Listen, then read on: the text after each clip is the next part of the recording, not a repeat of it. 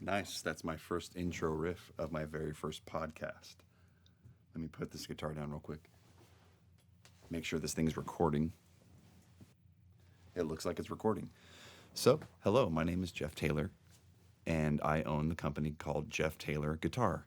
And so I'm starting a podcast, and this is probably going to be a whole lot of rambling because I have no idea exactly how to go about doing this, but I'm going to go ahead and just do something to get something started and just to get it done anyway. And so I have a whole ton of ideas going through my head, and I'm sure I'll get better at doing this as I go. So you got to start somewhere, and at least the only direction we can go from here is up. And so basically, I guess what I wanted to talk about is maybe just a little bit about myself and my plans. So I was in the corporate world. I worked in medical technology, and so I did that for 8 years, always playing music on the side, playing guitar. Um, that's the passion, obviously. And so I quit my corporate job to focus solely on music, seeing if I can. My goal is to replace my income. And that has come with many challenges, but I'm making some headway. And so the reason for this podcast is kind of to share my experiences as well as, see if anyone are going through some of the same things that I went through, struggles, issues with performance anxiety, issues with trying to figure out how much to charge, issues with feeling like I'm not good enough, but then, I'm still getting bookings, and then bookings are starting to I'm getting more of them. So that's a good sign. And just kind of everything involved and what goes into doing this full time for trying to make a living at it. I'm not the best player at all. I love the instrument. I practice, probably should be practicing more than I do, but I do practice a lot. And starting to realize that, my corporate training, as far as just the day to day answering of emails, communication, and that sort of thing, plays a huge role in this business, music business. And, you would think that's all about the playing, and it's actually not even a significant slice. Yes, you have to sound good. And yes, you don't want to suck and you want to have good gear and that sort of thing. But a lot of it is just this consistency of showing up and doing what you say you're going to do, following through on things, that sort of thing. And so I guess this first episode is just an introduction as far as who I am and my plans to develop this educational side of the business. My plans are to kind of show what it takes to get ready for gigs, how to book gigs, who are the people that you'll start working with, how to make more money more money than you ever thought you could make playing music, which kind of shocks me. Booking full gigs for 2-3 hour gigs, but not having enough music to play that, but still getting through it and still playing them anyway. Starting out, even though you feel like you can't do it or that sort of thing, just still doing it anyway and figuring out ways, and just all the stories and that sort of thing that comes along with those things. And so I'm feeling like I need to keep talking. And so I'm running out of ideas, but I think that I'm recording this and I can edit it. So I can kind of take a breath, and I don't have to spew things out. I can take some breaths and that sort of thing. So I'm going to go ahead and do that now, and I can edit that out later.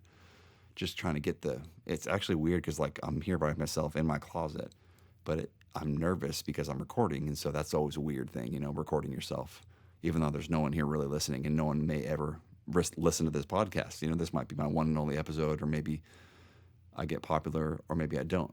But either way, I'm trying to do something new to help build my business and that aspect of my business as far as marketing and getting my name out there so people know what I do to help my performance-based business. Okay, so I'm back after stopping and having to catch my breath. And I realize I've talked for 5 minutes and really have not said anything. And so maybe I'll just pick one topic to start with, and then we'll just go from there. Okay, so what I do is I play classical guitar and fingerstyle solo instrumental music. And I perform at weddings and private events, rehearsal dinners, cocktail parties, that sort of thing. That's kind of what my specialty is. And so I've gotten myself into a position to realize that private gigs pay more than, your public restaurant type gigs. I had done that for a while as well, and realizing I was working 4 hours, making $150, and maybe some tips here and there. And I'm realizing this is while I still have my full-time job, that this is just, I can't do that. I think my cat is now meowing. So you might hear that too. So just to show you how polished I am at this. So I'm doing these private events, and I guess one topic we can talk about is an issue that I have is trying to learn music for these events. And for me, man, I cannot follow through with finishing it. If I'm learning a piece, I love to start 1,000 of them, and I have issues with learning a piece fully 100% all the way through. And I still don't even have a full set list of actual songs that people know. I mean, I have a few here and there. I have maybe like 10, and a lot of these gigs I'm getting booked for are for, an hour and a half, 2 hours, 3 hours. And so I had to figure out a way. The cat is now in here now. Hello. Okay. I'll give you some food in a second. And so I had to figure out a way, I would still get booked for gigs and then just completely panic. Because how in the heck am I going to fill 2 hours when I only know 5 songs? And that maybe gets me 10 minutes. And so I've had to figure out ways to kind of extend them and how to improvise and how to, kind of stretch things. And for the type of music that I do, which is kind of ambient background music, it's actually kind of a whole niche in its own way. People are not really there to see you. They're there because the event, it might be a wedding or a cocktail party. They're there to maybe network and chat with each other, and you're kind of there as ambiance. So you don't really need to play songs that people know all the time. You can kind of improvise, you can stretch things out. As long as you're creating this nice backdrop of things, you could still maybe only have like 10 minutes of music, and you can stretch that out. And sometimes you might have to repeat things. And, as long as you're there as a backdrop, you don't need to stick out too much. You can still make a good living just being that type of musician. And for me, it actually really suits me that well, because I don't like having all the attention on me, like at a recital or that type of situation where it's like everyone is there watching you. It's quiet. That just, oh man, that freaks me out. And I have a lot of difficulty playing under that pressure. But this is kind of like no one's really watching you. And sometimes you actually feel like you're being ignored. But at the same time, people are listening to you, and it's less pressure to where you can actually relax into the gig. And then you become more confident as the gig goes on. And so you can do these type of gigs with a lot less preparation as far as music known or music that you have under your belt.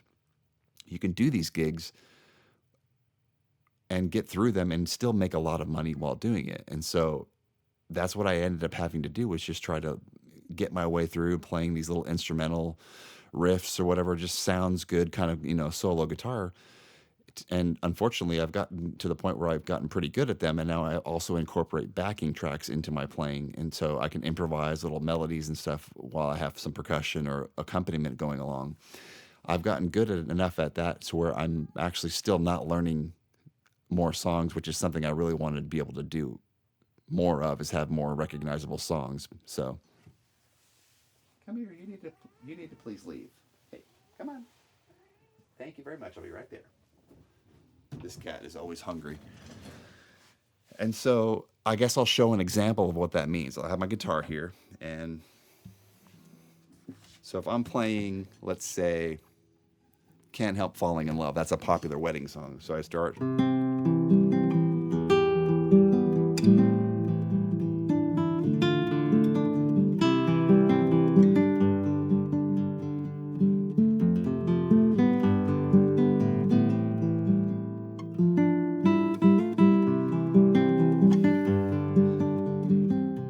What was that? Not even 30 seconds? Crap, what do I do now? I can just kind of stay on this chord.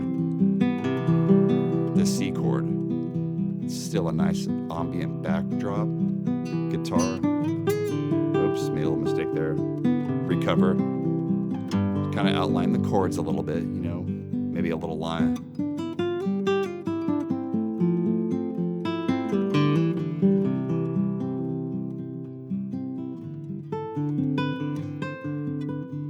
staying in the key. It's kind of hard to talk and play, but then I can go back to the song eventually.